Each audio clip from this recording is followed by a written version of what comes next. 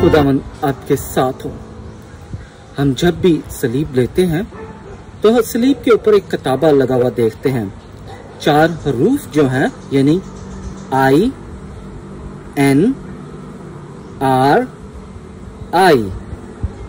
I जो है लतीनी जुबान का जो लफ्ज है इसका मतलब है यसुस यानी यस्सु। N जो है ये इसका मतलब है नासरी। तीसरा जो R है इसका मतलब है रेक्स जिसका मतलब है बादशाह।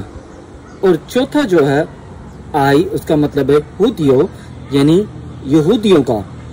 तो लिहाजा जब हम इन चारों अल्फाजों को जोड़ते हैं तो ये बन जाता है यहूदियों का बादशाह यानी खुदावंद यीशु मसीह यीशु नासरी यहूदियों का बादशाह, जिसका जिक्र जो है वो हमें मुकद्दस लूका की अंजील उसका 23वां बाब में मिलता है।